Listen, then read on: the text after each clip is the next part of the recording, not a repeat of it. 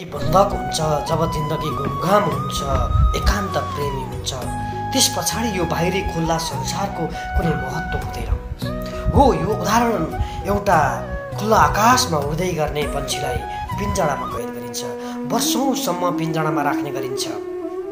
ऊ बाहिरी संसार बिर्सिन्छ, यो खुल्ला आकाशमा आफ्ना पखेटा भिजाउँदै कावा खाने माथि माथि उड्ने सपना बिर्सिन्छ। धेरै वर्षपछि उसलाई त्यो बन्दी जीवन पिञ्जडामा राखिन्छ। पिञ्जडामा राखेर फेरि त्यसलाई यो बाहिरी संसारमा उड्नको लागि छोडिन्छ। जतिखेर ती अनुसन्धानकर्ताहरू भनौँ, वैज्ञानिकहरूले खुल्ला आकाशमा उड्ने पन्छीलाई यसरी बन्धक बनाउँदाखेरि त्यो पछाडिको नतिजा कस्तो आउँछ भनेर उनीहरूले यो अनुसन्धान गरेको थियो। यो अनुसन्धानले के देखायो भने कुनै पनि मान्छे जस्तो समाजमा अथवा कुनै पनि जीव सजीव प्राणी भनौँ अथवा मान्छे भनौँ पशुपन्छी भनौँ, त्यसलाई जुनसुकै इन्भाइरोमेन्ट अथवा जुन वातावरणमा राखिएको छ त्यो त्यही वातावरणमा घुलमिल हुन्छ।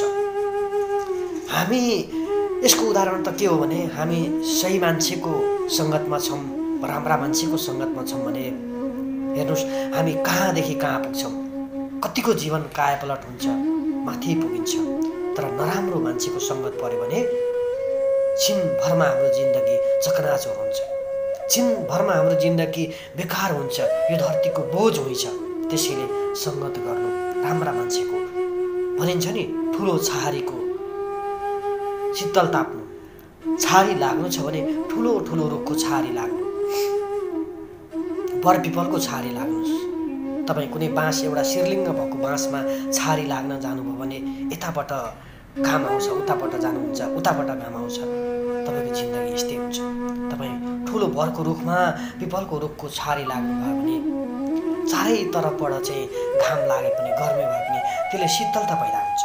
हो, यो उदाहरण देखिएको छ, एउटा पन्छीलाई पिञ्जडामा राखेको छ। तपाईँहरू हेर्नुहोस्, त्यो पिञ्जडामा राखेको पन्छीलाई उड्न खोजिन्छ, ऊ उड्न बिर्सिसकेको छ। यो खुल्ला आकाशमा उड्न बिर्सिसकेको छ, ऊ हिँड्छ। आकाशमा उड्ने पन्छी उड्न बिर्सिएर अब हिँड्न थाल्छ। धेरै कोसिस गर्छ, उसले उड्नै बिर्सिसक्यो। भने जस्तो हामीले हाम्रा धर्म संस्कृति, हाम्रा कला रीतिरिवाजलाई हामीले अनुसरण गऱ्यौँ, हामीले त्यसलाई फलो गऱ्यौँ, त्यसलाई सधैँ मान्यौँ भने ती कुराहरू सधैँ आइरहन्छ।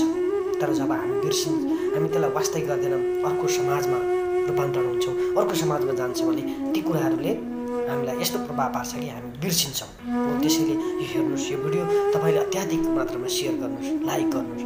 यो चराको यथार्थ कहानी